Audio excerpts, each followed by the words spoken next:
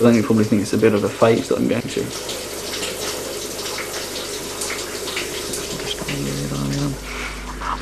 Krishna Krishna Krishna Krishna Hare Hare Krishna Krishna Krishna Krishna Hare Hare Krishna Krishna Krishna Krishna Hare Hare Krishna Krishna Krishna Krishna Hare Hare. I wanted something that would completely change me and that would completely encompass my life.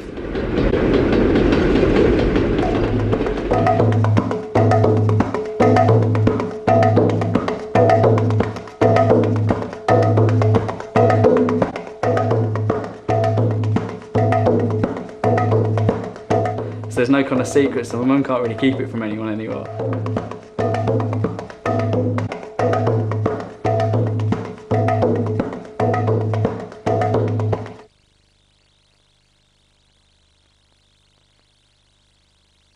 Well, I found a book in a second-hand bookshop on it. It was a book called The Science of Self-Realization. And I read that, and it was like kind of, that was the thing that kind of, it just convinced me straight off. Because I was always like looking into different kind of spiritual things, but I never had everything, you know, there were kind of little bits that you could do for a weekend or something. And then this just kind of convinced me that that was the way to go. But I wanted something that would completely change me and that would completely encompass my life. And that had it in the book. That's the whole point of it, actually, was that it changed your life, and that it was Krishna consciousness, like your consciousness changed. And so I kind of did, I just jumped into it. I suppose I was just kind of waiting for something that was very solid, because I like kind of being regimented in things and being told kind of to do something, otherwise I just kind of go off on one. You start viewing the world differently, you literally start perceiving the world differently as your consciousness changes. And so that things that kind of seem to really matter to you before, they kind of take on a lesser importance because you've got this higher goal to look towards. And especially when you start seeing things in relation to God, then everything changes, you know. It's like you start seeing everyone else in relationship to God, and how that, it's like you get a lot of religious groups, so like they're the only way and that's it, and everyone else. But if they followed their own scriptures properly, then they would see that everyone is the son of God. Everyone comes from God. Everything, the trees and the plants and the animals. So you can't go treating them badly just because, you know, they're not part of your religion. I don't think there's a certain persona or a certain type of psyche, because there's certainly amongst the people who I've met in Krishna consciousness, they're a very wide and varied spectrum. The social backgrounds and the way they think and the types of personalities they have and everything is very, very varied.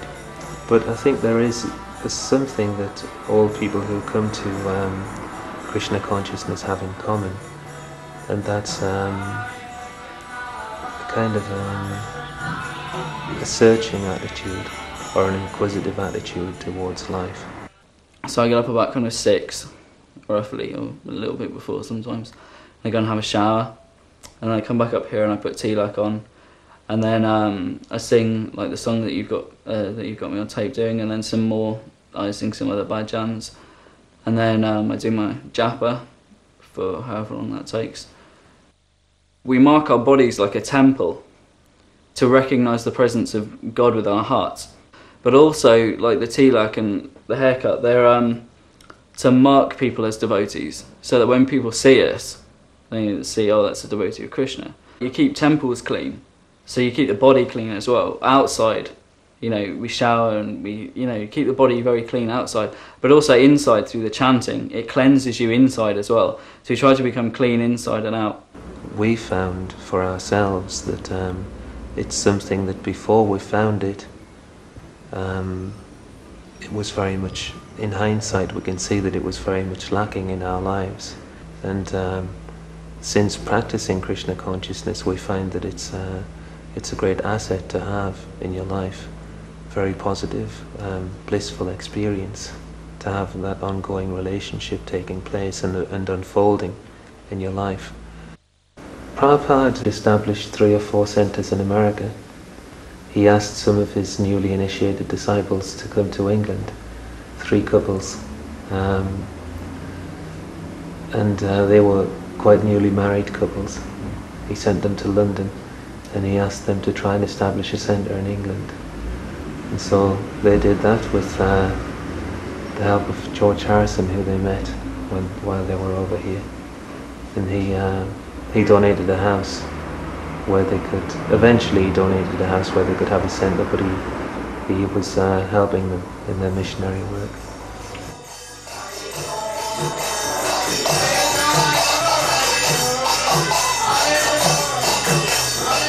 The whole period when the whole friendship group was into drugs and sex and drugs and rock and roll. We were in a band and we were kind of like we were really cool.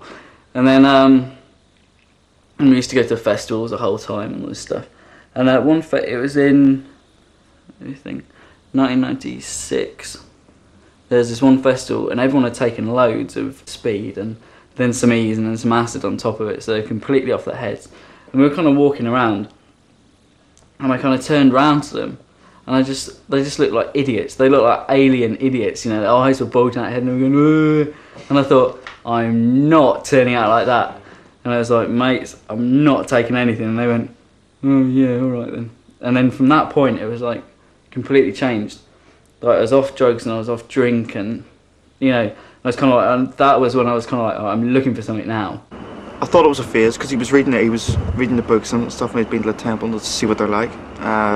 But the more he's done it, like he's been a Christian now for a year and a half, maybe 2 years now, I think. And it's obviously not a phase. I actually live below him when the bed sits, so he gets up at 6 o'clock in the morning and plays his cymbals and his bongos and all those religious type things. And sometimes he's woke me up. Generally, it's not too bad. I suppose I have to be religiously tolerant. Obviously, some very good friends that I still hang around with, and I still go around the house, and we still listen to music and talk and stuff. And I haven't changed in that way. Like, I don't kind of shun my friends, but there's some who are kind of like, maybe they were kind of just on the periphery of the friendship group, and they just kind of like, oh, a bit weird, and they just kind of, whatever. But no, I mean, the kind of good friends just kind of don't take any notice, really. The main concern I would have would be that someone who's into it's like someone who's really into religion, and it's university is the best time of your life. You should be out having fun. And maybe he shouldn't be as spiritual as he is. He should be out, drinking and talking to lovely ladies and what have you. So that would be my main concern. I wouldn't want to wake up one morning and suddenly realise that I've spent the last 20 years of my life as a Krishna, and I haven't really done anything. No, I definitely want to become a lot more serious. And then, kind of look for a spiritual master and then really get a lot more into it. It's a very nice life, and it's a wonderful life actually in one sense. So if you feel inspired, you're welcome to dance. And we're just going to have a little party around Govardhan Hill here.